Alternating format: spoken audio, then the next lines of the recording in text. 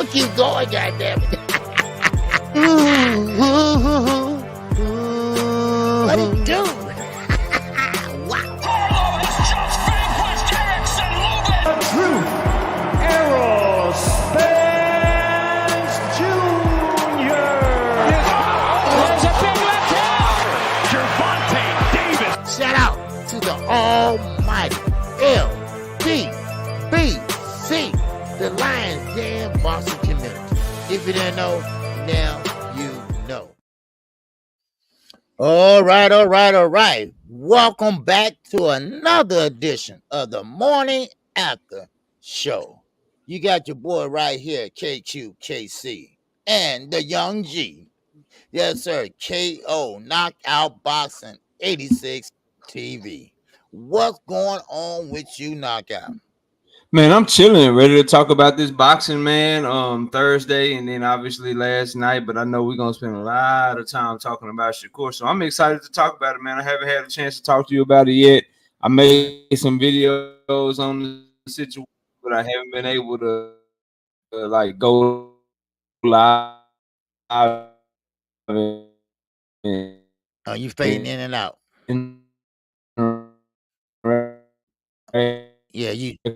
Yeah, you fading in and out, Knockout. Put your avatar on. You might have to put your avatar on. Knockout, you might have to put the avatar on. Don't.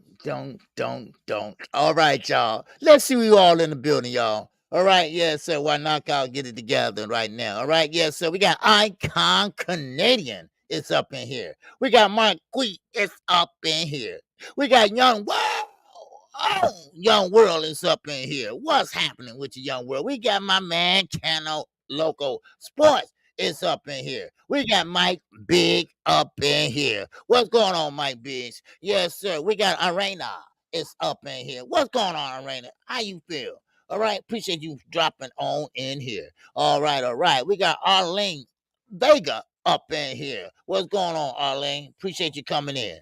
All right. Yes, sir. I see the land of the 216 up in here. What's going on? Yes, sir. We got XB22. What's going on with you? Eddie Buckley is up in here. Good morning to you and good morning to everyone in the chat. Yes, sir, Terry W. What's going on with you too? All right. Yes, sir. Man, oh, man. JD, I see you, man. All right. Yes, sir. But what's good with everybody? I hope everybody had a great weekend. I know we did. I had a great week of boxing, and we're going to have another great week of boxing. Is that right, Knockout? Yeah, man. Hopefully, next week will be better than this week. This week was good too, but yeah, man, we got this week coming up. We got Benavidez and Andrade. The week after that, you got Ryan and Oscar Duarte, then Devin Haney, then Jesse Bam Rodriguez. Then after that, you got the big time heavyweight card, man, with Deontay Wilder, Anthony Joshua, and all those guys on it. Plus Monster Inouye and Tapoulis is fighting for undisputed that same day. So from this moment to the end of the year, it's some big fights every single weekend. So I'm excited, man. It's a good time to be a boxing fan for sure. Oh yeah, most definitely. And I don't know what day is that, but Katie Taylor, she's fighting too. I believe this is a rematch. Yeah, she's fighting the lady she lost to, Chantel Cameron. Right. So man, like I said, there's a lot of great boxing coming on. Now first on, let me ask you this, Knockout. We saw Abdullah Mason fight on what was that Thursday night. Yep. And the young man is, I believe, what, 19? Is that correct? Yeah, he's still 19. He'll be 20 soon, but yeah, he's 19. Okay, man, I think that he is, man, phenomenal. Okay, and I think that maybe he need to start fighting 8 and 10 rounders. I think he's ready for that. At least round 8, at least 8 rounds. And I don't think he's going to be at 135 too much longer. Because I think the body size and the weight. Sometime when he weigh in, he had to put a towel over him because he had to weigh basically nude to make the weight. He had to take off every ounce. So but I mean, the guy is going to be a problem. He's going to be a problem with the height. He's going to be a problem with the reach. Right there, those two right there will give anybody problems. So, but I just see a lot of things hidden that way for him. And I'm talking about in a good way. So. But yes, sir. So let's go and get started, man. All right. You didn't even ask me the question, but I talk on Abdullah Mason too. You Oh, ain't asked oh, me oh. nothing. Oh, I'm sorry. I'm sorry. You Okay. didn't even ask me Okay. nothing. You Okay. just I'm said what sorry. you thought about him, man. Okay. Just Okay. talk, Yeah. man. Let me see. Now, okay. Now, what I'm just let me say this, then. Okay. I was just talking about him basically because I'm just excited about the young guy because Yeah. he blow my mind every time he fight. So, what do you think? Do you think he's ready for around 8?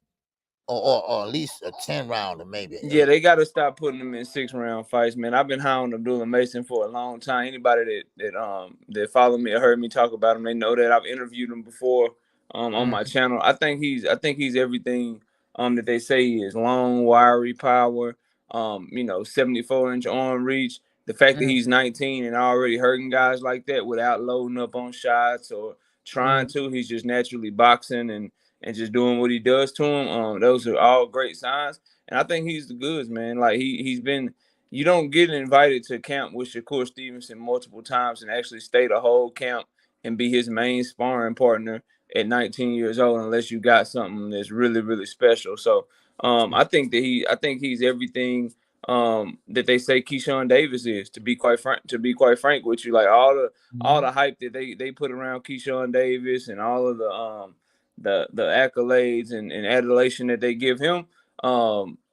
They should be doing that with Abdullah Mason. I'm with you. I wanted him to start fighting 8-rounders this year, but I think he's going to fight 8-rounders in 2024, and then he'll probably bump up to 10-rounders in 2025 if he's not already fighting 10-rounders by the end of 2024. So he's a damn good prospect, man. In my opinion, he's the best prospect in boxing with that length, that ability, the maturity that he fights with. If you notice, he's always behind his jab. He always got his feet up under him. He's never rushing anything. And he's looking at everything in the ring. He reacts to everything real well, looking to counter every mistake that people make while always keeping a nice, consistent shotgun jab in your face with good, solid defense and length behind it. Oh, yeah, he's going to be a problem because he's long. Not only is he long for 135, as you can see, he's going to be long for 147 because if you go back, I mean, those are the same dimensions that Terrence Crawford has, 5'9", 74-inch arm reach.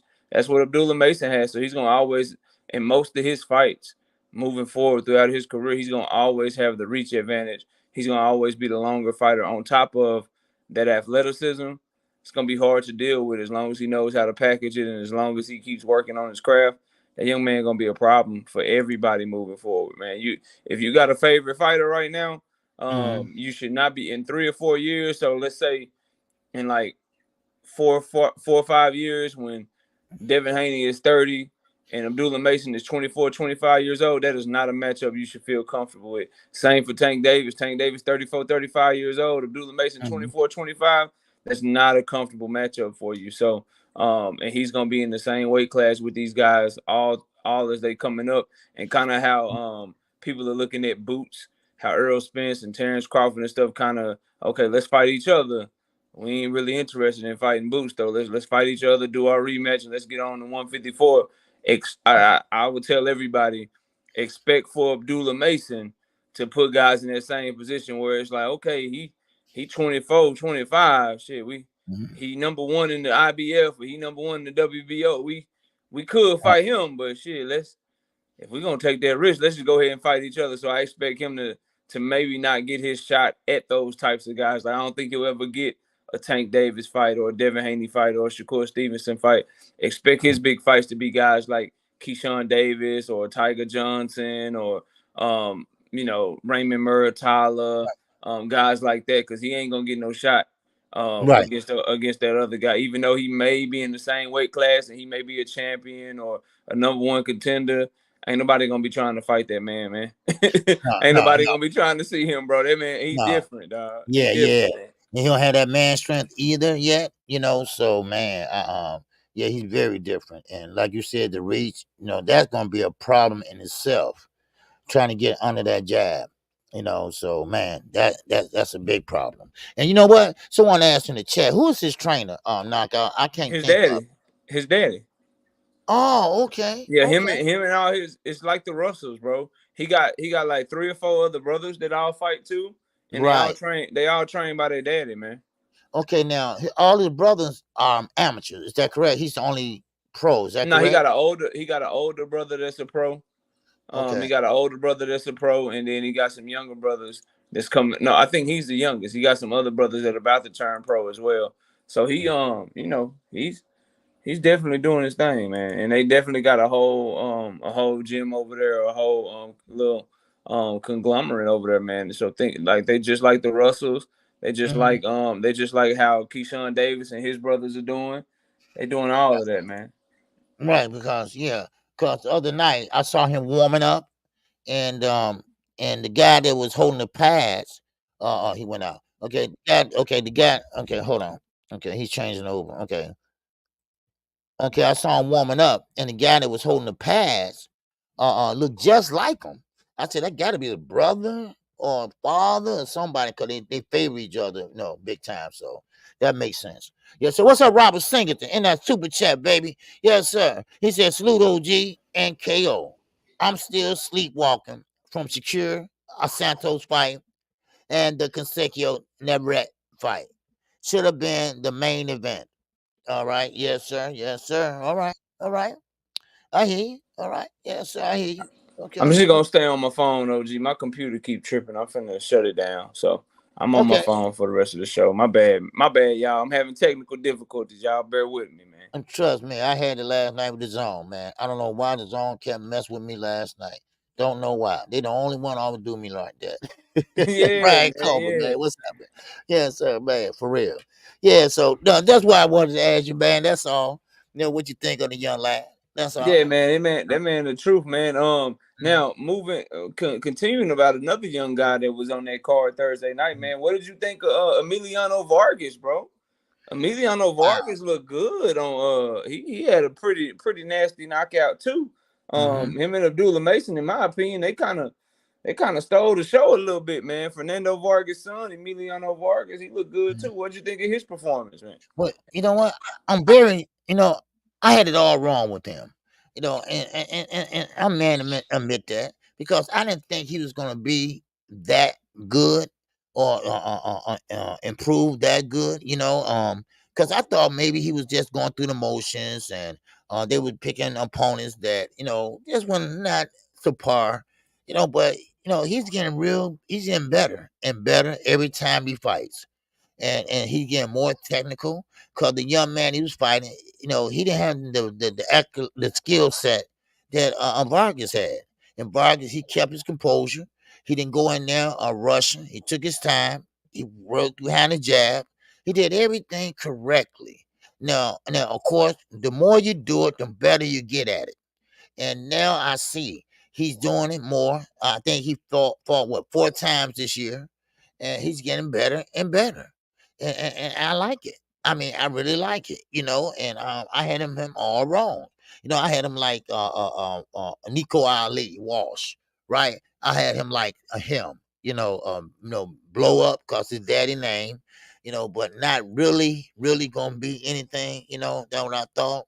But I was totally wrong. This guy is, really doing his thing. So it's a lot of good young fighters, and you know what? Shout out to Top Rank too. Because Top Rank, they will showcase their talent, especially their young talent. And I like that, so but that's what I think about Vargas. I think he's improving, and I think he got to keep doing what he's doing. That's Yeah, what. yeah, he do. He's the same age as Abdullah Mason. Shit, that might be the fight for both of them down the line. But yeah, he looked good, long, wiry. Fight behind his jab. He's mean too. He can be mean. And he can hurt you with that wiry, rangy power. That guys that don't have to load up on their shots, man, they're very very dangerous, because he hurting people while boxing, meaning that he ain't loading up on nothing. He ain't trying to go in there and just knock your head off your shoulders and kill you with just hooks and uppercuts. Nah, he just boxing behind his Right. jab, counter punching, and then boom, hit you with something that you don't see, and now your ass is hurt. And so I like that for Vargas. I don't think he's as athletic as an Abdullah Mason or Keyshawn Davis, but his hands are fast. He does fight behind his length, and he got his daddy in his corner. His daddy can let him know everything that he did wrong, so he can try to fix his mistakes. And obviously, his daddy was very talented, so some of that passed down to him. And he's looking like you know what I'm saying? He's looking like he can be something real serious in the future. So I'm just happy to see that boxing is in a good place. These guys are gonna give us a lot to talk about years and years to come from now as they mature into their careers. And we got a lot of great young talent. As guys like Terrence Crawford, Keith Thurman, Danny Garcia, Earl Spence, Sean Porter already left. Urdinas Ugas, Manny Pacquiao just left. So as these guys in their 30s begin to round out their careers and in their careers, these guys in their 20s and 19 years old and all that shit, man, they're gonna carry the torch, and boxing gonna be all right. You know what I mean? And that's what I try to tell people all the time, OG. And yeah, Hunter on the Hunt, I saw your question. Yeah, I'm always with OG on Sundays, whether it's my platform or his platform. We always over here, man. We always talking that boxing Sunday mornings to give y'all the breakdowns from all of the stuff that happened over the weekend. So if you're new over here, Hunter, if you're not subscribed to KQ, be sure to subscribe to him, man. He be doing great work. He be live every day during the week too. But yeah, this is where we always do a show together every Sunday. But yeah, man. So that's kind of my takeaway. Who was that? Who was that you were talking His name is Hunter. His name is Hunter on the Hunt. Okay. Yeah, I saw that name. Okay. Yeah. So yeah, the state of boxing and just the sport of boxing, it's in a good spot, man. So and I tell people all the time, that's why, you know, if you fanboying for Terrence Crawford or you fanboying for Tank Davis or Shakur Stevenson or Devin Haney, you ain't really watching all the boxing, getting to know these young fighters. You're doing yourself a disservice, man, because all of these guys are gonna retire. All of them are gonna be gone. And so if you don't cover the sport or you don't like the sport as a whole, then you're gonna find yourself maybe not understanding or not knowing the next crop of superstars or the next young guys coming up. So that's why it's always important. You tell them all the time, KQ, watch the undercard, man. Yeah. Watch the undercard so you can get to know these fighters. Because if you watch this top ranked card on Thursday night or had the time to, you just saw a lot of talent on display, man. A lot of young talent that's gonna be carrying the sport moving forward as these older guys get ready to wind out their careers. So I liked it, man. I thought Emiliano did real good, man. Oh yeah, and you're right. You know, a lot of these young guys, you know, and these are the guys to watch. These are the future of boxing, and I'm gonna tell you, boxing is not going anywhere. A lot of people worry about the state of boxing. Boxing's going to be in the Olympics. They're coming up. All right, they're doing the trials right now. A matter of fact, I think they're in the finals. All right, for the the select who's going to go to the Olympics. You know, so I mean, whoever said that boxing they're getting rid of it, no, it's not. And also, boxing will always survive, always. You know, so we've seen this movie before. It's always going to survive. So because we got great fighters, you know. So, but yeah, that's all I have on that knockout. Yes, sir. So as we continue down the card, man, because I wanna get to the card, then we'll do the co-main, then we'll talk about Pacheco, and we'll save Shakur for last because it's a lot to cover on Shakur Stevenson. But moving down the card, man, another Olympian was on the card, and I ain't gonna lie, man, I'm not impressed. I've never been impressed, and the more and more I watch him, man, I'm kind of looking at him like I don't know if I think he's just too small for the weight division that he's in. And that's why he carries so much muscle. But that guy is Troy Isley, man. Yeah. Troy the Transformer Isley was in action. He was fighting against Vladimir Hernandez, the same Vladimir Hernandez that beat Julian J. Rock Williams, the same Vladimir Hernandez that got knocked out by Jesus Ramos. And I thought Troy Isley, man, I think he got a gas tank issue. I think that he ain't got no crack on his punches, and he carrying way too much muscle. And at 5'10", barely 5'10", with like a 69-inch arm reach, I think he's just not built for the middleweight division. And I think it's only a matter of time with Troy Isley, man. What do you think of his performance against Vladimir Hernandez, man? Well, you know, first of all, you're right about the muscle because he's gassing out. he's gassing out, and he's looking like a front runner. He did great work in the first half of the fight, and then of course the second half of the fight. Now the punches start coming fewer and slower. And of course, he started breathing with his mouth open, and he barely can get muscle up with the punches. And of course, his opponent basically was the same way. Now, yeah, Isley, yes, he got to get rid of some of that muscle. Now, a lot of people is mention Troy Isley. Okay, Troy Isley fighting, Troy Isley fighting, but he doesn't really show me too much knockout. He's not really. He doesn't do anything great. He doesn't do anything good, but he does everything okay. And that's why I have him at. Now, I would love for him to say, okay, well, he does everything good, but not great. But no, he does everything okay, but he got a lot of holes and wrinkles in his game. And he better, get straight up or get that corrected, or there's going to be some problems. He's going to start getting in the L column right now. So hopefully they'll put him in there wisely till he get everything corrected. But yeah, too much muscle, and then he's not using his jab, like he should be. He's not working behind the jab if he throws it, and it's a lot of wrestling too and holding that he does. Yeah. So I just would like to see more of him, but I'd like to see him in a better light. Yeah, yeah. A I little put thinner. him right there. What I told people about Mhm. Edgar Berlanga. I'm just waiting on him to run into the right one, and then I'm Yeah. gonna make some money off of him, man. Like Mhm. like that's where I'm at with Troy Isley. I'm just looking, I'm studying, I'm waiting on him to run into the right one or the wrong one for him, and then I'm Uh, gonna make some money off of him, man. Because I see that it ain't there. Like you can't be.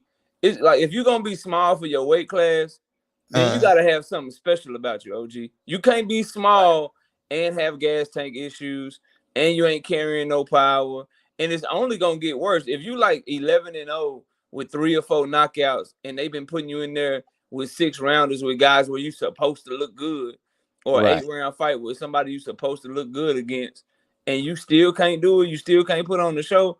Just right, imagine when he start fighting contenders or guys that know how to use their length, or middleweights, they got real power, they got good gas tanks and shit like that. Because Vladimir Hernandez, the guy he just fought, he ain't got mhm, nowhere near the skills that Troy Isley got, bro. Like nothing. He ain't nowhere close to him in terms of skill. right, But what he had was a mhm, gas tank. So, like you said, he weathered that storm early.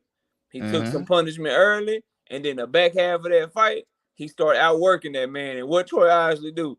Defense start falling yeah, apart a little right, bit, yeah, start getting caught a little bit in the back half of the fight. Now imagine that with somebody that you can't just turn up on the first half of the fight. So now they're keeping the first half of the fight competitive, and then you uh, start getting tired. Now they start taking rounds, and then oops, it's a 10-round fight, it's a 12-round fight, it ain't an 8-round fight. So now you gotta uh-huh, last 2, 3, 4, 5 more rounds. Yeah, bro.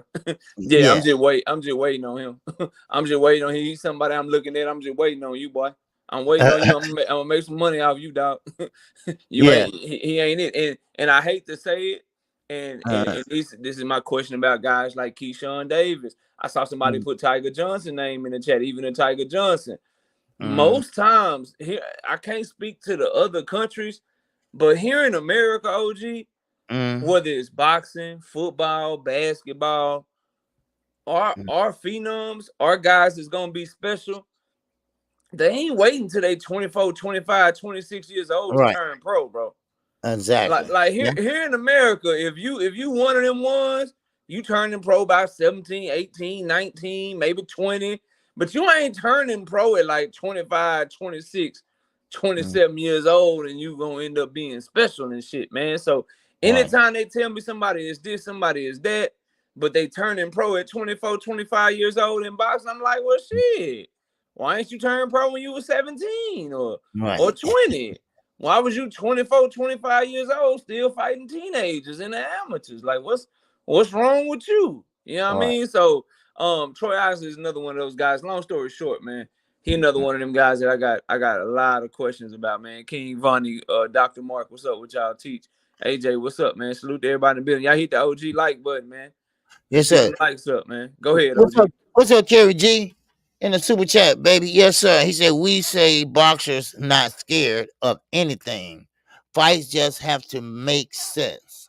But I never seen the three greats that were there have Shakur panic face under pressure. He said that man had a panic face. He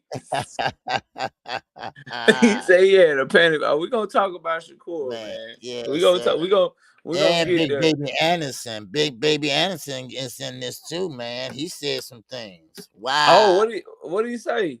Man, he threatening Shakur, man. Man, yeah, don't let me catch you out. I mean, he's threatening not Shakur, I'm sorry, on Devin Haney. Jared Anderson? Yes, The heavyweight? Yes. I mean, they just put a video out about 40 minutes ago. Damn. Man, you got a couple of super chats, man. Oh yeah, okay. Brazilian Dad, what's going on, baby? The Bay Area is tapping in, baby. They're gonna be tapping in a couple of weeks. What's going on, baby? Yes, sir. Tapping in for the Bay with much respect. Respect to you, brother. Salute, right, Brazilian yes, dad, man. I ain't seen you in a minute, sir. man. Salute to the homie. He a Brazilian dad, so he out there doing dad shit, man. He don't have time all the time, but when he come through, he always showing love. What's up with you, man? Salute to you, homie. My guy, Cedric Walcott. My guy, what's happening, man? Yes, sir. What's up, KQ and Knockout? What's going on with you, baby? Yes, sir. What's happening with you, man? Salute. Appreciate y'all showing the OG love this morning. Y'all keep that up, man. And y'all hit the like button too. All right. Yes, sir. Okay. All right. Where we at now? So I'm gonna keep it going, but I gotta ask you, man. What you think of Jared Anderson threatening Devin Haney, man? What's your thoughts on that, man? Well, Jared Anderson, I don't know what's going on with him. No, he don't want to box, but he do want to box. But he's real close friends with Shakur Stevenson, and Devin Haney said a lot of things. And I keep telling everyone, and I was very surprised. I said, no, Devin Haney don't be talking like that. Bill be doing all the talking and lying, right? He said, this ain't KQ. I'm telling you, Devin be on Twitter talking, right? So I went down and I went on Twitter, because I got Twitter, and I went and looked, and he was talking. He was talking, I mean, you go down this whole timeline, right? So he said a few things about Shakur that Jared did not like. He did not like. He said, every time we see you out, you can't even look us in the eye. So don't let us see you out again, or there's going to be a problem. So what you going to do, Jared? What you going to do, baby? But see, this is why I say, stop getting on social media and make things personal, because people get hurt. Things can get said that don't get blown out of proportion. Yeah. So please don't. I mean, just keep it boxing, y'all. And if you want to criticize the fight or whatever, criticize his boxing style, whatever, this and that. But I mean, just don't go at the man. Now, Jared Anderson, like, man, let me see you out. Let me see. Yeah, I'm reading it. I went and looked it up so I could see what you were talking about. I'm reading it right now. Yeah. Crazy. Yeah, that's crazy, man. And I'm like, man, come on, big baby. Then Shakur, I mean, it is what it is. He's still a good fighter, but we'll get into it. We're gonna talk about it. Yeah. On the Devin Haney and Jared Anderson thing, this is what I say, bro. Can't Shakur handle that? No, like, right. What you so mad for, bro? Like, what? You his little big brother or something? Like, what's this shit about? Like, he needs you to talk shit to Devin for him? Like, I don't get that, bro. I don't get that. And Shakur shouldn't like that shit either, bro. Right. He shouldn't like that shit. Like, hold on, bro. Like, I don't need you coming to my defense. Because if it's my understanding, Devin was clowning Shakur. He wasn't clowning Jared Anderson, bro. Right. So what you mad for? Like, Shakur is a grown-ass man. He growner than you. They fight in or around the same fucking weight class. They got beef. And y'all say that Shakur Stevenson is a top 3 pound-for-pound fighter and Devin ain't shit. Can't you handle him yourself? That make, like, Jared Anderson may not even know this, but that makes Shakur look even worse, bro. Right.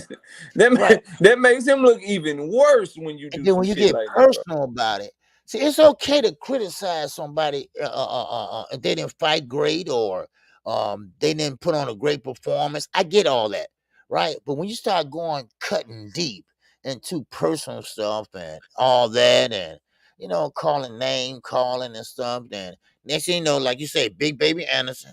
Then you got Bud Crawford probably step in. His homies. His guys. They all Yeah. right. Keyshawn Davis gonna say something probably, and I mean it might get a little bit out of hand, So Yeah, bro, but if you know what, Keyshawn, I don't mind. He in the same weight class as Devin. right, Terrence Crawford, stay out their business. yeah, Keyshawn got his own beef with Devin. Shakur and Keyshawn, if they the fighters that Terrence and Bo Mack and Jared, if they the fighters that they supposed to be, Devin, one of them will handle Devin, bro. right, Like I don't get that, man. Get out their thing. They going back and forth. They the ones that's gonna end up fighting before Jared Anderson will ever fight one of them. So, bro, just right. just He's fall back. And Devin ain't say nothing other than talking boxing shit to him. Like you gotta take that shit when you talk like Shakur talk. You gotta take that shit. We're gonna get to it though, man. What? So I wanted to keep going down the card, man. Brian Norman Jr., man. Brian Norman Jr. took on Quentin Randall. right. What did you think of his performance, man? What Brian Norman Jr. did with Quentin Randall? Okay, well, I have to be honest. He got the win. Congratulations to him. But first of all, his father didn't know what to tell him. Number one, and number two, Brian Norman, he gonna have to learn how to box. I think he did too much wrestling.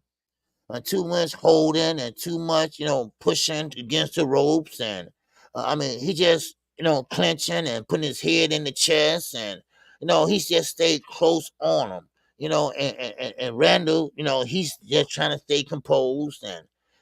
But he couldn't. Norman, yes, he's a big guy. He's rough.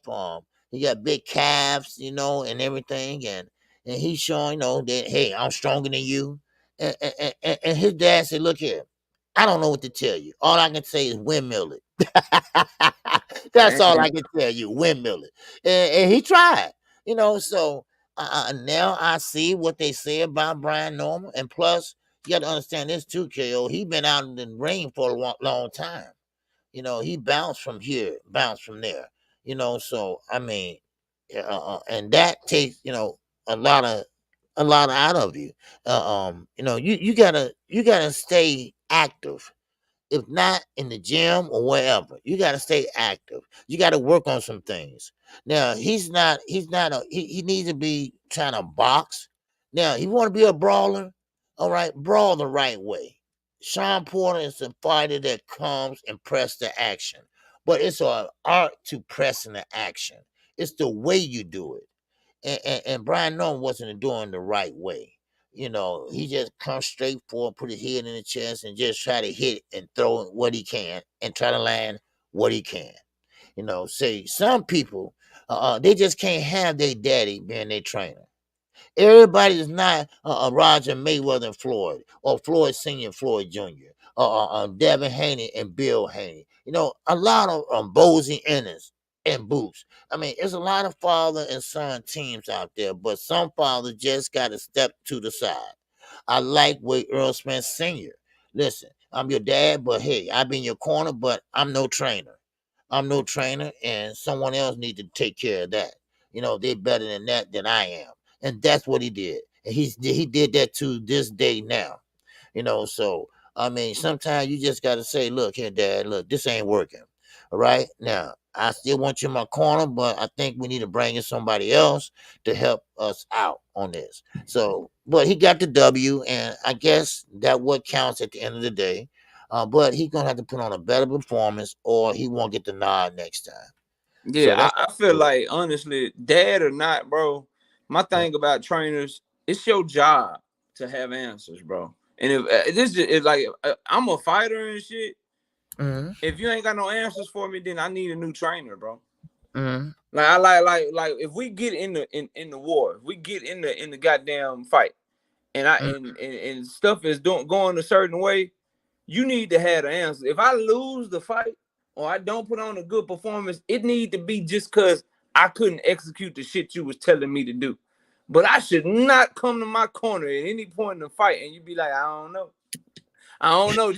Just punch the motherfucker. Like I shouldn't be coming to my corner. And you like, hey man, just put your hands up, man. Like if you ain't got no answers, you ain't got no job, bro. That's how every other walk of life work. Like if you ain't got no answers for somebody, you ain't got no job. That's like when your phone fuck up or something fuck up in your house and you call customer service and they keep passing that shit around to other people and you got to stay on hold the whole goddamn time. Yeah, That yeah. shit, like you get mad because you're like, nah, bro, Right. this is your product. You did this Wi-Fi, AT&T. You set up Right. this streaming service, Hulu. I'm calling you. My Right. shit is broke, and you ain't got no answers for me, man. Yeah. That. So when I be hearing bad trainers or people come around and they ain't got no answers for their fighters and shit, it just irk my, because that's your one job. You spend this dude training, he running miles, he hitting the bag, he doing all of this. So when he comes to the corner, bro, it's your job to have studied all the film, know the other fighter, know Right. what your fighter can do, know the adjustments he need to make. If the other fighter do this, then I need my guy to do that. If he do that over there, then I need my guy to do that. And you supposed to, it's your one job to always have answers. If you ain't got no answers, you don't need to be a coach, bro. You don't need to be a trainer. Now, that's what I say about that. As far as the performance, Brian Norman Jr., man, he caught in between styles, OG. If you look at how he fought his last fight, he tried to be a boxer. This fight, he tried to be a brawler.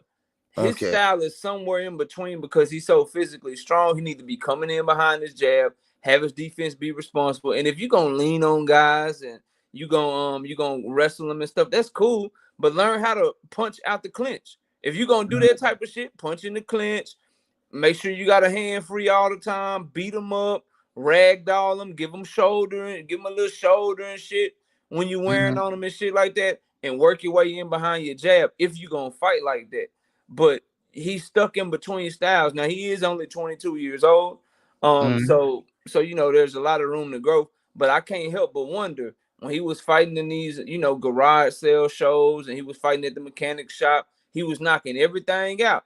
You go look at it, OG. Prime, yeah. You go look at it, OG. This is third fight on Top Rank, and they've been trying to give him opponents to look good. He ain't knocked not one of them out.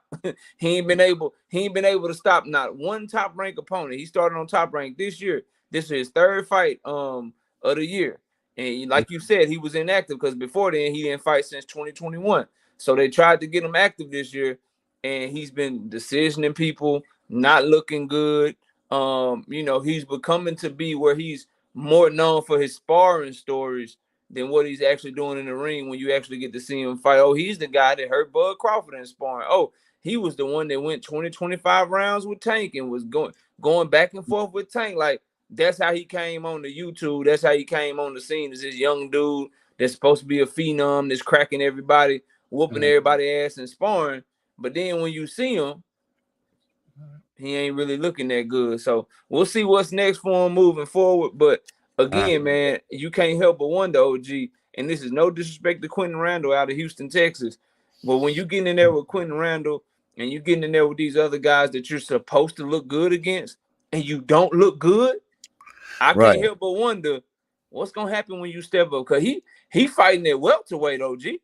He fighting in one of them weight classes where a motherfucker will get you. This ain't 135 or something like that where these guys are small or whatever. They mess around, put you in there with a big, strong welterweight that's a true contender. Then you could be in trouble because I got my sources told me, man, that they looking to settle. They already looking to feed him because he been looking so bad, and that's why he got that Intercontinental Champion. They looking to put him in there with that guy Giovanni Santillan, the guy that just beat Alexis Rocha. Wow. Top Rank looking to make that fight. He not ready for that dude yet, man. No, he ain't ready. He ain't ready for that dude yet. That's gonna be bad for him. So we'll see what's next for him, man. But I'm not impressed, man. I'm not gonna lie to y'all. I ain't gonna get in front of this microphone and ever lie to y'all. I'm not impressed with Brian Norman Jr., man. Yeah, though I said with Les, I wasn't impressed at all. The wrestling and the no instructions and just need a whole remake. Like I say, your job, like you said, as a trainer, is to get him struck. You should have already done your homework. That's your job. And if one trainer can do that for 3 or 4 fighters, then I know he can do it for his son. Listen, this is what you need to do. This guy, he knows how to do this, that, and what you need to do. So I mean, you watching the fight just like everybody else. You know what you need to do, and you know what he's not doing. I mean, so it's no reason why he couldn't give his son no type of criticism. I mean, straight instructions, and for him to do it. I So never trained. I never trained to fight in my life, OG. But to me, uh, looking at the fight, I could simply see, hey man, take a step back, quit smothering your shots. You getting them right where you want to get them. But when you get right, close to them, you go to wrestle them instead of box them. When you get close to them, let your hands go. Quit smothering your right, shots. right, That's something easy he could have said. right. Yeah, he could have said something like that. But That's that's something so he big could have that used. I don't know. He just went. I don't know. His mind went blank. I don't know. I don't know nothing about his father. I don't know who he trained or what. God damn, man. Yeah, He that's just crazy. windmill it, just windmill it. Hey man, you coming straight in and you just throwing wild shots. Why don't you try to get behind your jab a little bit? You know what I mean? Yeah, Like, man. tell him something, dog. Give him some news he could use. God damn, man. All right, Right. so co-main event, man. They scored it a draw. Your guy, Emmanuel Navarrete, he didn't look too good against Kasey, man. What happened? What Oh, happened to Navarrete the other night, bro? man. I told everyone now, Robertson Kasecchio, he took some losses, against Shakur and a couple other fighters, but Style do make fights, and he did have something left. I told everyone, yes, he still got a little bit left, and he showed that. He showed that during he went out on the shield, but still in all, I mean, he fought back. He was countering all night on Navarrete. Now Navarrete, he couldn't pretty much. Of course, he did what he always do. He throw punches and keep coming and coming. But this was the thing of the fight the other night. He didn't let Navarrete bag him up like he always do his other opponents. Yep. He was backing Navarrete up on the back foot. And that Redden likes to come forward, bang, bang, and throw looping shots. Now, them looping shots, they do hurt because they like just in the air like you throw a hammer, right? And the hammer just flying and then boom, it hit you, right? That's how he throws. And he come with an uppercut and hard to time. He's very hard to time, but he was getting time in that fight. Now, of course, it didn't go the way like I thought it was gonna go. I'm Mm-hmm. thinking the guy's gonna get stopped or knocked out, but it surprised me. And the draw, I ain't mad at it, but it was a draw. So, Mm-hmm. so he didn't look so impressive. Now, of course, he do deserve a rematch. And I never he did admit that, but that probably won't happen. But still, in all, I mean, they were trying to set up the Shakir fight, but Shakir wants Lomachenko. So, but I mean, I was very surprised and never read. He did hurt him a couple times, but Kaseko, he recovered very well and he covered real fast. And he was throwing with authority too. He was throwing and sitting down on his punches. Now, of course, now Reddy might throw a 1, 2, 3 piece combination. He come back and throw a 1, 2 real hard, like that. So I think Ned Reddy, he kind of respected him, in that fight. He respected Mm-hmm. his power also, because he did get hit. He did have a headbutt, uh, um, and a little slight cut. But that was a good fight, and I was very surprised with Never Red. Now I know, and I get it. Every fighter is not going to be 100% or 90%, But I was expecting a better outcome from him, and we didn't Mm-hmm. get that. We didn't get that. So and I like him. I like him. I like Xander Zayas. I like them guys. But that was a less a less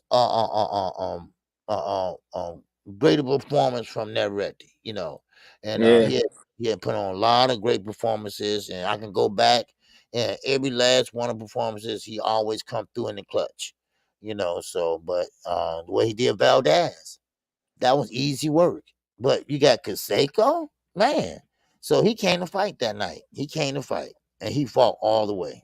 So Yeah, yeah. Conceição, he's just a Mhm. better boxer than Navarrete. Got better feet, better jab, better Right. at timing and distance. And you can see somebody with some good boxing skills. You can see why Top Rank want to put him in there with Shakur, because that'll be a huge confidence boost for Shakur Stevenson if he get to fight Navarrete. Because Navarrete is just, he's unorthodox and he's awkward, but he do a lot of things wrong. He throws his punches from too far out. His Mhm. feet are horrible. His defense is not that good. And so if you got good boxing skills like Conceição does, you can catch him in between shots. And I thought Conceição did a good job of outboxing Navarrete, and he even showed heart late in the fight to just keep throwing, even though he was dead dog tired. But Oh yeah. he got gas tank issues, and he's too easy to hurt. So Mhm. Navarrete was able to make a case for himself by those multiple knockdowns that he got. And even though Conceição landed like way more punches. It's like for every 6 or 7 punches that Conceição would land, Navarrete Uh-huh. would throw one that would hurt him, and you could see him visibly hurt and visibly getting shook by those shots. Right. But to his credit, he sat down, he fought hard, and he pulled out a draw. And when it was clear that the business side of that thing, the Top Rank side of ESPN, they wanted Navarrete to win, because we Mhm. all know the fight that they're trying to set up. So salute to Right. to Conceição for being able to weather the storm and pull out a draw. And Mhm. Navarrete, man, he doing what he always do, but he's gonna struggle with somebody with some boxing skills, man. I know he's struggling to make 130, but he go up there to 135 and he see a Muratalo or Shakur Stevenson and one of those guys, man. I think it's gonna be all bad for him. Anybody with some good feet, some good boxing skills, and an understanding of distance that's not scared to throw Right. in between his shots, they're gonna be able to do something with him. But he's still highly entertaining, still very Right. fun to watch, and he gonna be live in any fight because he can just jump in with some crazy shit and hurt you to the body or hurt you to the head. Like when you think a uppercut is coming, it's an overhand right coming. When you think it's an overhand right, he feinting with Right. that shit and then he throwing an uppercut. So still very fun to watch. Not his best performance, but No. definitely did enough to pull out the draw. And I think if Navarrete had been in a little bit better shape, there were times where he could have definitely stopped Robson Conceição. Because Robson Conceição just needed to be pushed over the edge a little bit. About the Mhm. last 2 or 3 rounds, he was fighting off of just sheer heart and will, and he was dead dog tired. If you was able to be a little bit more crafty, if you Navarrete, and get in there and Right. start letting your hands go, he might have could have stopped him. But he was dead dog tired too. So Wow. good fight. At least they both come to fight. We'll talk about the main event in a minute. But both of Mhm. those guys came to fight and they put on the show. And for me, anybody else, you can have your opinion. But for me, the Mhm. Conceição and Navarrete fight, it was the most entertaining fight of the night for me.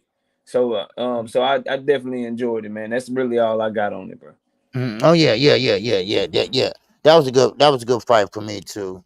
And I just was surprised and never read. I thought he was gonna make his move. Most people saying 8th round, and some people were saying 6th round, and then once 6th round went past, and people like, oh well, then the next they say 8th round that went past.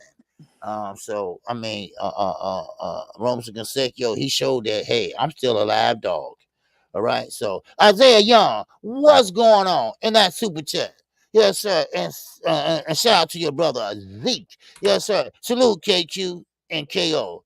I'm waking up from that boring ass fight.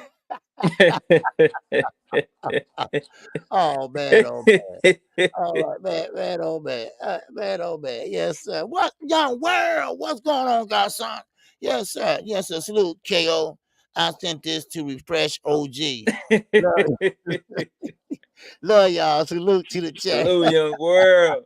Young world. Your Salute, man. world All gonna right, have man. me Let's tired. talk Yeah, about go ahead. Pacheco. Let's talk about Pacheco real quick, so we can get to Shakur. We can get to Tank and Devin, man, because that's the main title in the show. We want to make sure we give that some time. What'd you All think right. of Pacheco's performance last night, man? Diego Pacheco versus Caceres, man. What'd you think What you think of his performance last night, man? The zone acting up on me here and there, but I got a chance to see most of the fight though. But and call most of the fight. But Pacheco, that's what he needed. That's Yeah, what he needed. He needed that. Now, of course, he couldn't go in there and knock him out the first round or second round like he always do, or he didn't get an easy fight last night. I mean, sure, he got the stoppage, but still, he was getting hit with straight left hooks, Kahers, if I'm saying the name right. He got second chances that Pacheco never give other fighters. So he was pretty much bagging up the young lad. He's 34 years of age, and he was coming in there and he was bagging up the bigger Pacheco. But Pacheco stayed on the jab. He kept pumping out that stick all night, and he worked behind that jab. But the thing about Pacheco is like he didn't want to get no closer. I get it, you want to stand that jab, may have room to make it land, but he was like throwing that right hand across the street. But then they got closer, and he started landing. He started landing and started overthrowing it sometimes too. What's up, Skywalker? And Skywalker Patton. then also Pacheco, I like the way he changed position. He get another look and see where he's comfortable at. I like that. All right, he don't stand right in front of him and they just go at it. He pick up his feet, move to the next angle, and but the young man, of course, came to fight last night. He came to fight and he brought it to Pacheco. He did until he got hit. And then once he got hit, then of course, that was the beginning of the end. And but Pacheco needed that. He needs some rounds. He needs some better competition. And Tyrann, they move him slowly but surely. You know, Mm-hmm. so that's what I see. Not Tyrann. I'm sorry. But they move him slowly but surely, and I like what he's doing. I like what he's doing. He's still young, so he's still learning. Mm-hmm. So he's tall. For his age, I think he's what 20 years old, something like that. Mm-hmm. And he's gonna be moving up, not too no, but that's what he needed last night. He needed a good fighter in there that's gonna bring it to him, and that's what he did. He brought it right to him. So I'm not mad at it. I'm not mad at it at all. Yeah. So Yeah, yeah, just he did good, man. mhm, He did real good. I like the way that he fought behind his jab. He faced a little bit of adversity because Caceres kept hitting his ass with that mhm, jump in left hook. He took those punches well, and then I mhm, like that he realized like, okay, bro, I'm working behind my jab. I can't let this mhm, dude back me up. He's getting aggressive, and he just went to go get his respect. And then when he mhm, went to go get his respect, he ended up hurting the dude. And he was like, okay, I'm going to turn up on him. And then he flipped the switch and he went and got him the fuck up out of there. I mean, this is the same Caceres that dropped Edgar Berlanga. And in my opinion, he beat Edgar Berlanga. And then Pacheco was able to get him up out of there. So they got a common opponent. Pacheco did obviously way better. I like that he can fight tall and his timing looks really good. A lot of people probably weren't paying attention, but he was cracking and he hurt him with it again, but he kept catching the Argentina dude Caceres coming in with that uppercut, a sneaky little counter mhm, uppercut, them sneaky counter right hands he was catching them with. mhm, Pacheco got some time into him that is very, very snappy. Very, you can't see it coming, and his hands are faster than you think.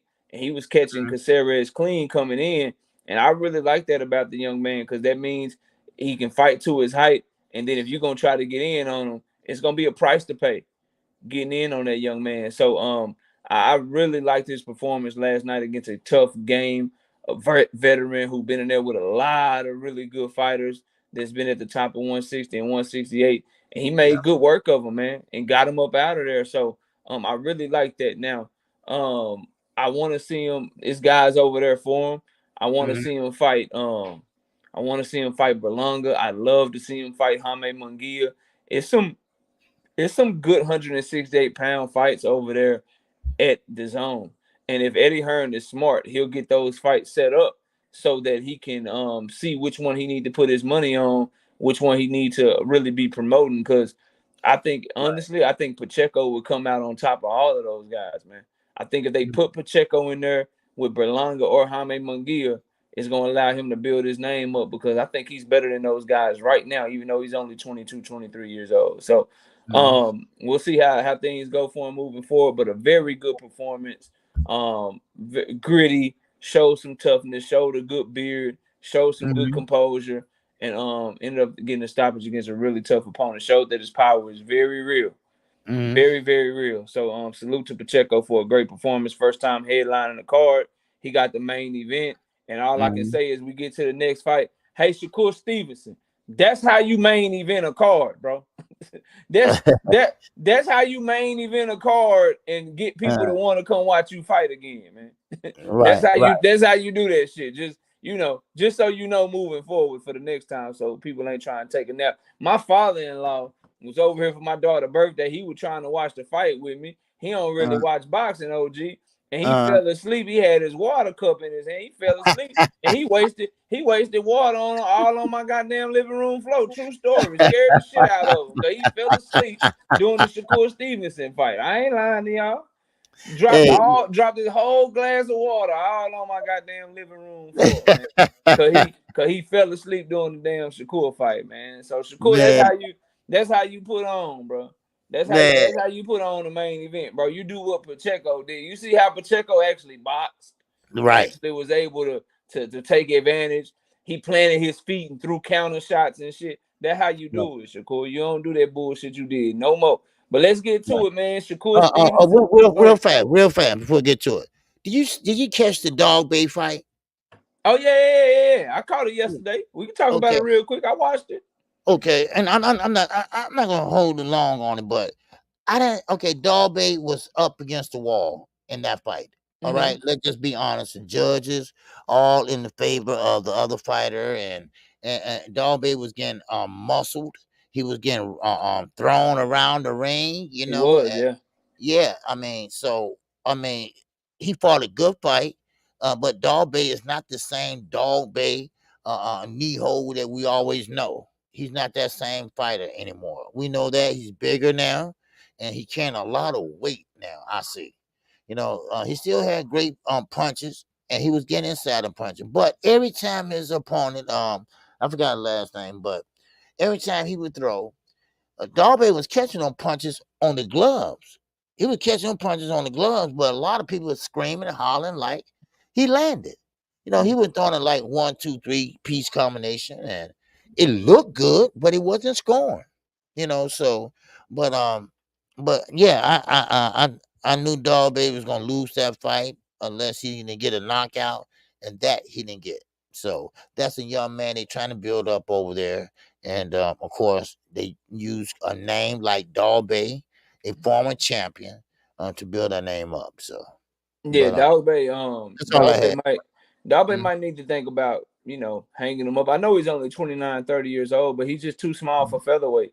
His best days, you talking about he's not the same, it's since he moved up in weight. You know what I mean? At 122, he had a big punch, but he was still like 5'4", 60. Like he was short for 122, but he was stocky, carried a big punch. But now at 126, he's small for 126. These guys are taking his punches better. And like you said, I ain't never seen, like, it's one thing you could say about Dog Bay, what happened with him with Navarrete and the close fights he had after the Navarrete fight. But I ain't never seen him get thrown around the ring like that. Like, I'm talking about dude was throwing his ass around the ring like he was a little boy, bro. Like, God damn. I know. What's going on with you, bro? So he's getting thrown around the ring now. He's getting sent over. Like you said, old buddy is from Liverpool, and they were fighting in the UK. Now they're calling Dog Bay over just to get a name on people's resume. You know what I'm saying? He gonna be getting fight. Like, if he keep fighting, he gonna be getting names like motherfucking Bruce Carrington and all these other dudes that's gonna be younger and hungrier and bigger and all that shit. So I mean, if he want to keep fighting, cool, no problem. Just know that you journeyman gatekeeper status now, so you're gonna be fighting Bruce Carrington in New York and shit like that, boy. You gonna have to go to Jersey and fight Raymond Ford and all that other shit. I think he done had his opportunities.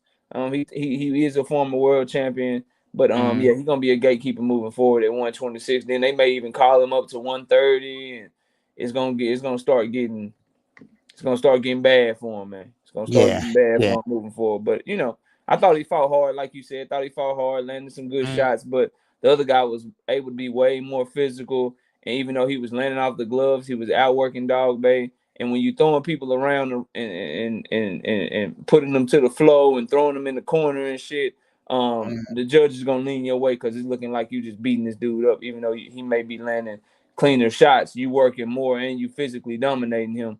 They're gonna give you the rounds, and that's what they decided to do for Nick Ball, man. Mm-hmm.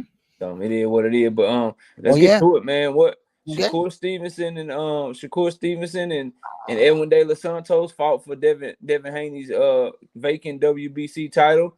Shakur Stevenson trying to become a 3-division champion. Ended up being successful, but obviously a lot of people didn't like the performance, man. Talk to me about the fight, man. What did you think of Shakur Stevenson's performance against Edwin De Los Santos? Well, where should I begin? Well, first of all, Shakur, first of all, leading up to the fight, of course, a lot, like all other fighters, they're going to talk that trash. All right. They're going to say they're going to do this. They're going to do that. They're going to do this. They're going to have you this and that. Well, none of that didn't happen. None of that didn't happen. Now, this is what KQ was thinking in the first, second round. Well, Shakur is using that ring IQ. Shakur is downloading that data. Shakur is collecting what he needs to do, so he's getting ready to do it. That's what old KQ thinking, right? But of course, De Los Santos, he started what I call bull rushing on Shakur, and Shakur don't like that. Now, did he get exposed? Some people say. Well, I'm gonna tell you this. I think he got exposed as far as a pressure fighter is up in his face. He likes to sit back in the pocket, pick his shots, and then go from there. But De Los Santos, the gold medalist, he didn't allow him to do that. He came straight at him, pressed the action. The punches wasn't hurting De Los Santos. And then Shakur, what he do? He tie him up. Then all hell broke loose after that. What I mean by all hell means that nothing had happened. He was pretty much sitting back, posturing, fainting, that he might go downstairs every 5 minutes. That's how that fight was going to me. Now, Don Santos, he got to take a little things a little more serious. Now, of course, he was clowning Shakur. I don't know whether he's trying to get in his head or not, but only he knew that he's already in his head because Shakur thinking this man is a big puncher because of what he felt from the bull rushing. So therefore, Shakur watching him very carefully. And Shakur was making sure he get out the way every time he threw a punch. I'm talking about all the way across the ring. He would jump up and get out the way. That's what Shakur Stevenson was doing all night long. De Los Santos, he was pretty much chasing him down.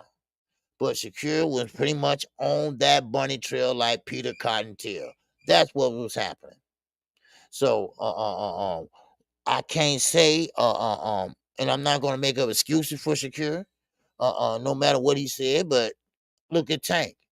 Tank put on a show with one hand. So I mean, that's no excuse. See, one thing about a fighter, you got to close the show, no matter what. No matter what, you got to close the show. Now, of course, Shakur said he wasn't feeling good. Well, I don't know, whatever. But the thing is this, people stayed up late to see your ass. I'm talking about really late. And then you can come out with a performance like this. And then you didn't say you was apologize to the fans. You apologize to Crawford and Ward. Who the hell? What? So I mean, is Shakur better than that? Yes, he is. I mean, would this hurt him? Yeah, he'll take a hit from that. And would he come back? I'm quite sure he will. Because Shakur Stevenson one performance that he won is not going to make him a bad fighter. But keep this in mind, though, Knockout. I believe that style do make fights. Now, if Dos Santos would have sat back and just worked the jab and be tailor-made for Shakur, then okay, that's different. That's why I say Tank probably would knock him out because he was so cautious. His punches wasn't really hurting Dos Santos at all, and Dos Santos was pretty much showboating, but really clowning in there. You did all this talking, and now look at you. You don't even want to throw a punch. Do you realize that they threw fewer punches ever at that facility, at the T-Mobile? So I mean, no, Shakur, I mean, it's no damn excuse for it. And Tim Bradley, he had to pretty much, say the same thing I'm saying. And that's his boy. So now I'm not in for the personal attacks, no, but I get that his boxing skills, he didn't put them on display.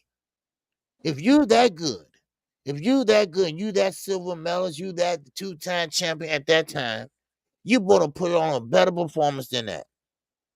You got to get your stock up because you're not a pay-per-view star after the other night. So what I was so disappointed in, I thought he was gonna go in there and show out, or De Los Santos would go in there and show out. I thought we had a fight going on, but it wasn't. It wasn't one at all. So, I mean, the undercards was better. All the fights were better than that main card.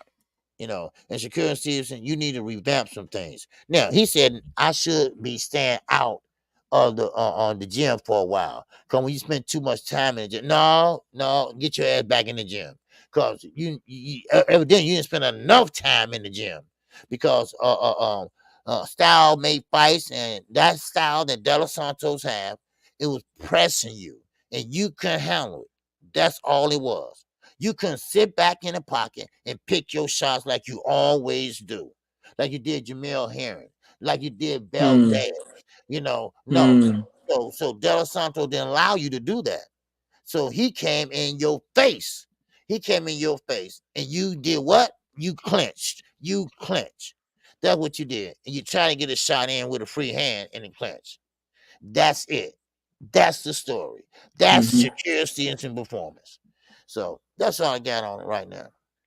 Shakur Stevenson, he gonna put on a great performance in his next fight as long as he feel like he faster than the dude. He feel like the dude not a threat. He feel like the dude can't do nothing with him. But if he feel like he in there with somebody that's explosive, somebody that's powerful, somebody that's gonna come to fight him, bro, he's scary. And I hate to do that to him, but I'm out on Shakur. I've seen enough now to know he a front runner, OG. All that talking and shit on Twitter, all that talking shit about beating people ass and all them skills that he believe in, or he know he the best and he'll beat this guy and beat that guy. He don't really believe that shit, man. You don't really believe that shit. Not fighting like that, you don't. Not going in there and you get somebody, because what he showed me was if the motherfucker is just as fast, if the person got good feet too, if they got power and shit too, he gonna master the art of not getting hit, and he don't give a fuck about hitting the motherfucker. I'm talking about it was so many opportunities for him to counter De Los Santos, but he was so scared of the power and so scared of what was coming back at him, he put his goddamn hand in his pocket, man. He put his hands in his pocket, bro. I don't need to see nothing else. I seen what he did with Nakathila, and I seen what he did with Edwin De Los Santos, man. And I am convinced that if you get him in there with a real boxer puncher, somebody that got good skills but can crack too, bro, he gonna get in that bitch and he gonna fold, man. He fight like a fighter that's scared to get hit, man. He literally fight like a fighter that's scared of getting hit because he don't trust his chin or he don't want to get in the dog fight, bro. Right. And it just is what it is, and I don't care what nobody say. I know what I see. I trust my eyes, and that man's scary, man. They had to show us when they was doing highlights, OG. They had to show us jabs and feints, bro. Like that was the highlights: jabs, and feints. And when you start really peeling back the layers on Shakur Stevenson, and you start pulling back the layers on his performances and shit, you will see that, all right, bro, well, I seen this same Edwin De Los Santos in the ring with William Foster. William Foster performed better than you did. You be like, okay, bro, I saw this same Jeremiah Nakathila in the ring with Raymond Muratala and motherfucking Tito Mercado, and both of them did better than you, bro. And every time you get in there with some power, you fight scared. So I'm supposed to believe that in the biggest fights, when you fight dudes with power and skills, I'm supposed to believe you're going to show up and you're going to show out. The real Shakur Stevenson showed up last night, and he a front runner, bro. If you 35 years old and you Jamel Herring and Shakur done sparred you a bunch of times and he done got the best of you a bunch of times, oh, shit. He's sitting in the pocket. He gonna make you miss and make you pay. He gonna be working behind that jab. He gonna be on that front foot. He gonna be doing this motherfucking thing, boy. If your name is Oscar Valdez and you 5'4" and you got a 64-inch arm reach and he bigger than you, faster than you, more skilled than you, oh, he gonna sit there with you a little bit more. He gonna counterpunch your ass and shit. He gonna be right there for it, bro. This if they make the Emmanuel Navarrete fight. If they make the Emmanuel Navarrete fight, oh, my feet are better than yours. I'm faster than you. I'm more skilled than you. Oh, shit. Them counter punches, standing in the pocket, shoulder rolling, all that shit coming right back. Watch. He gonna look like God sent to boxing. But if you get in front of that young man, and you got feet too, and you got power, and you can match his skills, you're going to be able to fight him, and you ain't going to have to worry about shit that's coming back at you. And that's why I said what I said in the videos, OG. All this talk that we was talking about, him and Tank, 50-50 fight, I want to see the fight because they supposed to be the two best at 135. But all this notion that it's 50-50, man, that shit like 70-30, 80-20. And the reason I say that, not because of skill, because I can just imagine 16,000 people in the stands. Madonna in that motherfucker, Migos, Denzel Washington, all these stars in that motherfucker. Another 500,000 to 700,000 people watching on pay-per-view. Shakur Stevenson see Tank Davis in front of him. He gonna run around the goddamn ring just like he did Edwin, and Tank gonna be able to take his front foot, walk towards Shakur, and he ain't gonna have to worry about nothing coming back. Shakur gonna put his goddamn hands in his pocket, and he gonna allow Tank to just keep coming at him while he just trying to be supermaster defense with no punches coming back. He ain't willing to fight, OG. He don't want to fight, man. He'll only fight if he feel like he got an advantage. He ain't trying to fight if a motherfucker, if he feel like somebody making him think or somebody in there that can hurt him or do something to him. He's scared to get hit, man.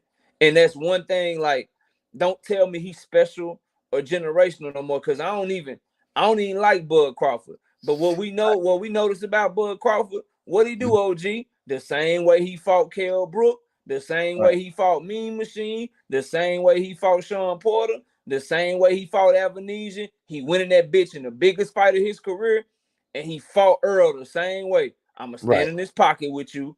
I ain't taking no unnecessary steps back. I'm going to use my counter punching. I believe in myself, and I'm going to stand right there, and I'm going to get it cracking with you. Shakur don't do that. When he fights somebody that's a threat, his whole style changed. The whole confidence, all that shit changed. And you can't tell me that you're going to beat somebody's ass, that your skills on a different level, that you going to do this and you going to do that. Then you get in that ring and you put on that type of performance, and I'm supposed to take you serious in any big fight moving forward, bro. Like, I just don't believe it. He gonna have to show me, OG. I do not believe that he is going to be able to do what his fans think he's gonna do in a big fight against a true boxer puncher that actually has better feet than Edwin, better experience and better skills. I think he fooled because his mind ain't right. He don't believe in himself, KQ. No, he say that, but he doesn't. So that's all I got. That's all I got on the fight, man. I think that you say he need to get back to the gym or whatever. I mean, that's cool getting back in the gym, because the gym, again, he a front runner. So the gym, OG, that's cool. He'll be a bad man in the gym. He got headgear on. The gloves are 16 ounces and shit. So shit, he a monster in the gym. But when Right. that headgear come off and them 8-ounce gloves get put on his goddamn hands, Right. he turned Right. into a completely different person, OG. And I Man. see it. I don't need to see nothing else. I done seen Nakatila and I done seen Edwin. I done seen enough, man. I done Wow. seen enough. You Wow. running around the ring. Edwin ain't even. The thing is, if Edwin had caught him with a shot, KQ, and made him do that, like, okay, shit, I got to get on my bike. This motherfucker can hurt me and Right. shit. He was on his bike without even knowing whether or not the dude is gonna really crack him or hurt him. And he didn't Right. even try to like fight or exchange, and then be like, okay, I can't fight with this dude. I got to move around the ring. I got to buy. He didn't Right. even do that. He started from jump, like, nah, let me be overly cautious, let me be overly scary. That's a Right. bad sign if you think he gonna win big fights, man. Or if you Right. think he even gonna get big fights. Ain't nobody trying to put you on pay-per-view if you fighting like that, dog. Thanks. You ain't gonna Awesome. get no opportunity Yeah. fighting like that, man. Yeah. So But that's all I got on it, man. We can keep the show moving, bro. What okay. else you got, man? Well, that's about all I had on that. Shakur Stevenson. I just hopefully the next time he go out, he better have someone that first of all that's at his level or close to it, and he got to put on a spectacular performance to redeem himself. That's what he should do. And I know this might sound crazy to everyone, but you better talk to Frank Martin again. You might need to run that right back again and give him that that everybody's talking about. Because that's all he said he wanted. Just a little more So go ahead and give it to him. Because that's the fight that should be made and should happen next. And Hey, then forget if you Shakur. If I got the power and the athleticism that Frank Martin got, OG, and I just saw the performance that he put on, man, I'm taking whatever y'all want. I'm taking it. right. Whatever y'all want, I'm taking it, and I'm finna press you. I'm finna take you. I'm finna try to take you right back where you was at with Edwin. I'm pressing you. I'm on my front foot. Right. What's happening? Cause Right. Shakur ain't gonna if Shakur feel like Frank is a threat, he gonna try to fight him the same fucking way. And if you Frank, you just keep pressing, you keep working. You ain't gonna have to. He gonna have to show me that he can make a boxer punch or worry about something coming back. It's that bad for him right now, bro. If I'm Right. Frank Martin, I'm kicking myself right now, bro, that I didn't take that fight. Because if Man. he'd have fought Frank Martin like that, bro, Frank Martin would have had a chance to win that fight. Yeah. He would have had a chance to win that fight. So he should be kicking himself right now, bro.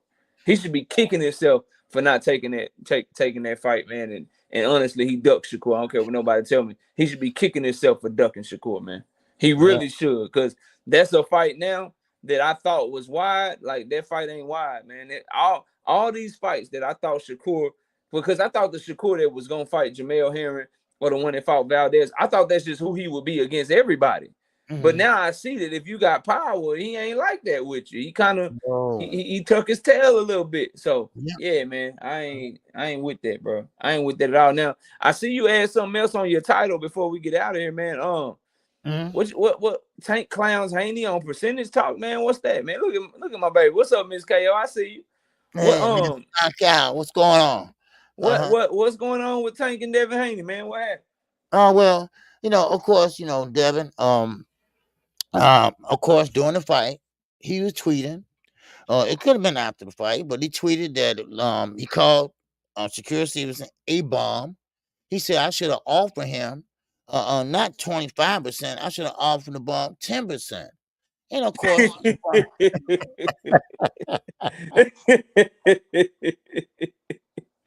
so Javante Davis, he tagged himself in and said, "Listen here."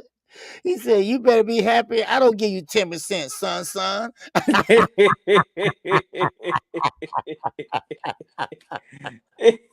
Man, but they didn't like that. Look, wait a minute, don't you get too cocky now, okay? Oh man, So yeah, that's that's what I funny. was talking about, and he's getting cocky, and you're supposed to when you getting ready to go into a fight. But Regis, he was there last night on the zone at the Pacheco fight, and he did. He said a few things, and he's ready. Regis is ready to go right now. He said he's ready to go right now. So that fight it could go either way. I think. I'm thinking of Devin, but I got Regis. I have Devin winning, but Regis, hey, Rigaroo, he been working out. He been in shape. You know, he ain't had no fight, but now he's hungry. He's real hungry, and he gonna find that out. You know. Yeah, what I would say if I'm so from Devin Haney and Gervonta Tank Davis's perspective, right? So if I'm Devin Haney, bro, with that Shakur Stevenson performance, bro, you just need to be focusing up on Regis, bro. I don't want to see a bad performance, and I don't want to see him worst case scenario. I don't want to see him lose, bro. Because Shakur Stevenson, no matter how much we want to admit it, no matter how much we say we want to see Tank versus Shakur, but bro, number one, Bob Arum ain't got no faith in Shakur versus Tank, bro. Like he ain't got no faith in that fight now. And then Tank team is like, dog, like we pay-per-view fighters and shit. We can't have you coming out this motherfucker putting the whole crowd to sleep because you ain't trying to fight, nigga. You scared and shit. Like, so he hurt himself, bro. His performance really hurt him. His prospects of people believing that he can beat Tank or believing he could get that fight. I say that to say, bro, Devin, like, dog, like, tweeting it at Shakur and all that shit, like, bro, you got to fight on December the 9th. Regis Prograde is a better fighter than Edwin. Now, he ain't got the feet that Edwin got, but he's a dog, and he gonna punch, and he'll be willing to take some punches to see what he can do to get you to open up. So, and he highly fucking motivated. So focus on that shit, bro, because we see Shakur. What has Shakur been doing, OG? Oh, I'm talking about Tank. I'm going on my interviews. I'm talking about Tank. I'm talking about Devin. I'm talking about Devin. I'm talking about Tank. I'm talking about Devin. I'm talking about Tank. No, I say you ass. I do this to you. I do this to you. And then what he get in there and do? Nigga, you look like you on Edwin level. You look like we might need to see you fight Muratala or some shit before we can.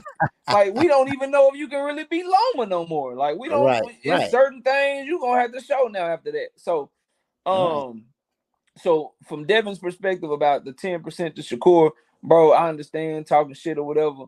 Just he just need to be focused on Regis. And then the 10%, if we just talking about it on his face, the mandatory split is 70-30 in the WBC. So if you tried to send him 10%, that shit is even worse than the 25%. That makes you look even worse. But I know he's just talking shit. Now, for Tank Davis, look, bro, that's cool. I love that. Talk your shit. You've been talking a lot of shit to Devin, and I fucking love it. He was talking about Devin clout chasing and shit when Devin tried to say something about that. And now he talking about, I'm going to offer you that 10%. Son, calling him his son.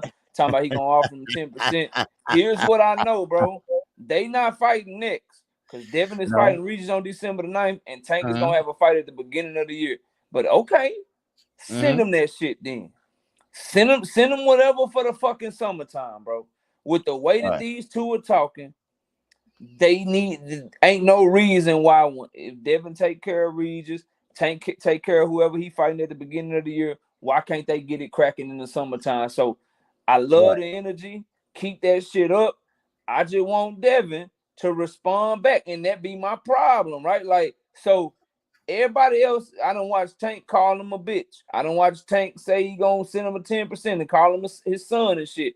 He got time to tweet at Shakur, but he ain't saying shit to Tank. I need them to ratchet up the shit talking, talk they shit to each other, get by your next opponents. Then I don't want to hear shit about nothing and nobody else other than Tank and fucking Devin, bro, in the summertime. Because I know Tank is fighting January, February. We know Devin is fighting in fucking December.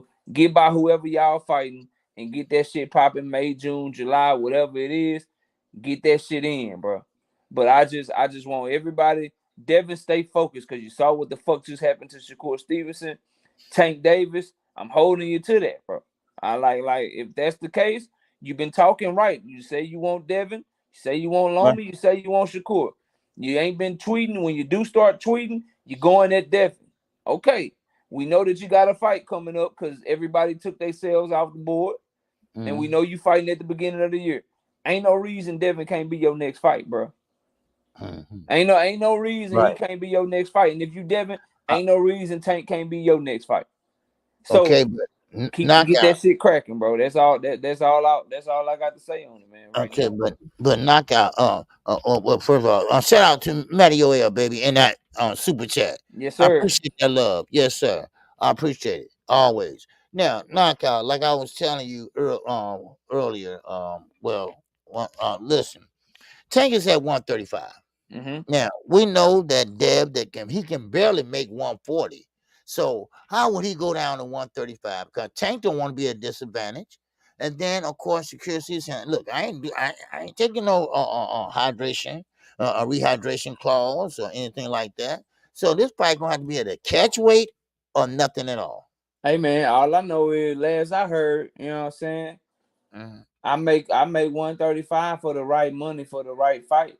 That what Devin said. Then his daddy said we'll fight Tank at 135 or 140. We'll fight at whatever weight class he want to fight at. We just want to make Tank comfortable. Okay. That's what they said. Oh wow. That's what they said, bro. I don't know what people want me to do. That's what they said, bro. So are they lying? Are they capping? I mean, I think we both know the answers. Yes, we both know that they don't. We both know they ain't taking that fight at 135. But just when they get to negotiating and shit, and they get to saying, "Oh man, 140. Oh man, catch weight, man." When they get to doing that shit, you know what I mean? Right. Then I don't want to hear nothing. I don't want to hear nothing. But I honestly, OG, I don't give a fuck. Like fight wherever they could fight at their natural weight. They could fight at their natural weight for all I care with no belts on the line. But I need to see that fight because I know what's gonna happen, bro. I know what's gonna happen, and I just can't wait. The same way I know for a fact now what's gonna happen with Tank and Shakur, because that Shakur performance against Edwin showed me everything I needed to see, bro. Devin versus Loma showed me everything I need to see, bro. I know what's gonna happen in that fight. It's gonna be bad. It's gonna be so bad, and I can't wait to see the shit, man. I can't wait to see the shit. So, I just hope they get the fight made. They need to be fighting. They should have fought this year, but they need to be fighting in 2024, man. Yes, they need to be fighting in 2024 because that's what the fans are looking for. And like Tank, he don't want to take no pay cut. Devin ain't trying to take no pay cut. He fighting on pay-per-view now. He getting them pay-per-view bags. And the only person that can continue to put Devin on pay-per-view is a Tank Davis fight. Specifically, if this Regis fight don't sell, which we don't expect it to sell that well. And one of the only people that can get Tank the type of bag he looking for is a Devin Haney fight, bro. Devin, Teofimo, all of that, but we want Devin first. So we'll see. I like that they engage in this shit. Just keep this shit up, make the fight go into negotiations, and let's see this shit, man. That's really all I got on it, bro. Yes, sir. All right. I appreciate you Gap Tooth. Yes, sir. He said new to the channel. Been rocking with KO for a minute, though. Much love, y'all. All right, man. What's up, Gap Tooth? Yeah, man. You gotta check out OG. He be live every day doing his thing, and he dropping content all the time. Hardest working dude on YouTube, man. Yes, sir. Real talk. But that's all I got, OG. You got anything else before we get out of here, man? Oh no, that's all I have, man. All right. It's been a good show. I think we got all the points that we wanted to make, and we can't wait till next week. We got a great fight next week, and we're gonna see what the monster do. All right. Yes, sir. Yes, sir, man. Shout out to everybody in the building. Y'all come check me out live Monday, Wednesday, and Thursdays at 7:30. Although I won't be this live Thursday for Thanksgiving, I may do another Monday, Tuesday, Wednesday this week. So just turn on your notifications so you can see when I'm live this week. And obviously I'm dropping content every single day, so be sure to check that out. And OG, I appreciate you, man. I'll talk to you soon. Hey man, I appreciate you, and I'll talk to you soon. Everybody have a good Sunday. All right, and I thank everybody for supporting the channel today. All right, with that, we out of here. Peace. This song is dedicated to all those ballers out there and all those hustlers and just people out. All right. I messed up super chat. Okay. I'm Cedric Walcott in the super chat. Yes, sir. I appreciate you, man. KO, what do you think of Tank versus Martella? All right. Well, we'll answer. I ask him that. All right. All right. Appreciate you, Cedric. All right. Y'all have a good one, man. What's up, Tim Austin? All right. Appreciate you, man. All right. Yes, sir. Your advice, Don King. Production showing AB fight on Don King website. Oh, okay. All right. Now, with that, I'm out of here, y'all. Peace and love. All right. This song is dedicated to all those ballers out there and all those hustlers and just people out there just getting their money on. You know what I'm saying? To all of you haters, just remember this. I'm living it up, y'all.